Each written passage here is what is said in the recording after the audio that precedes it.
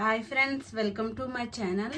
ఈరోజు నేను చాలా సింపుల్ అండ్ ఈజీగా ఆలు బజ్జీ చేస్తున్నాను. నేను 2 ఆలుగడ్డలు తీసుకున్నాను, 1 కప్పు శనగపిండి తీసుకున్నాను, 3 స్పూన్లు బియ్యం పిండి తీసుకున్నాను, 1 స్పూన్ కారం, 1 స్పూన్ సాల్ట్, 1 స్పూన్ వాము తీసుకున్నాను.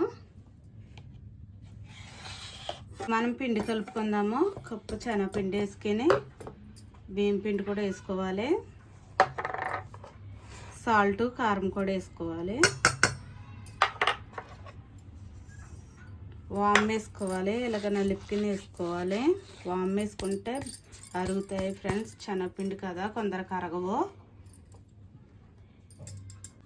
ఇవన్నీ మనం ఇలా కలుపుకోవాలి.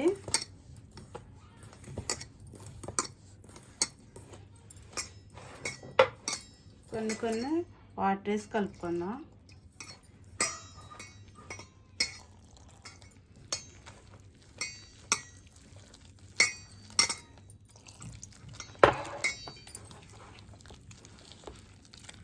పిండి విధంగా కలుపుకోవాలి ఫ్రెండ్స్. మరి చిక్కగా బజ్జీల పిండిలాగా కలుపుకోకూడదు. ఇలాగా కొంచెం జారుడుగా ఉండాలి, మరీ అంత పలచగా కూడా కాదు. ఈ విధంగా కలుపుకొని పక్కన పెట్టుకుందాము. మనం ఈ ఆలు చెక్కుకొని కట్ చేసుకుందాము.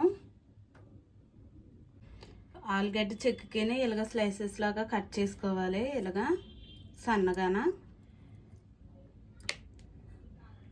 మనం పిండి కలుపుకొని పక్కన పెట్టుకున్నాం కదా. ఇప్పుడు ఈ పిండిలో 1/2 టీ స్పూన్ వంట సోడా వేసుకోవాలి. వంట సోడా వేసి కలుపుకుందాం. ఎక్కువ వేసుకోకూడదు ఫ్రెండ్స్. ఇలాగ 1/2 టీ స్పూన్ అయితే సరిపోద్ది. స్టవ్ పై అయితే ఆయిల్ అయితే పెట్టుకున్నాను. ఆయిల్ వేడవుతుంది ఫ్రెండ్స్.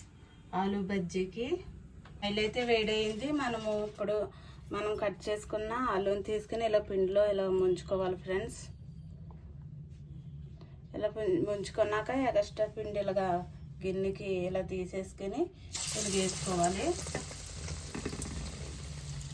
ఇలా చేస్తే తోకలుగా రావు. గిన్నెకి ఇలాగా తీసుకుంటే ఎక్స్ట్రా పిండి.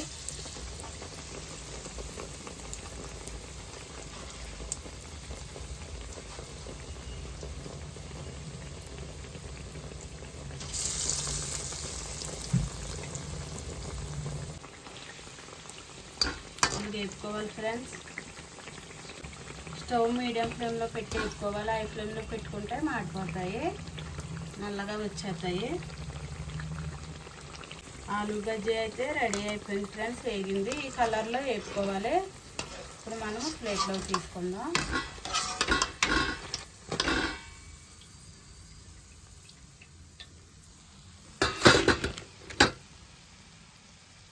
మిగిలినవి కూడా ఇదే విధంగా వేసుకోవాలి ఫ్రెండ్స్.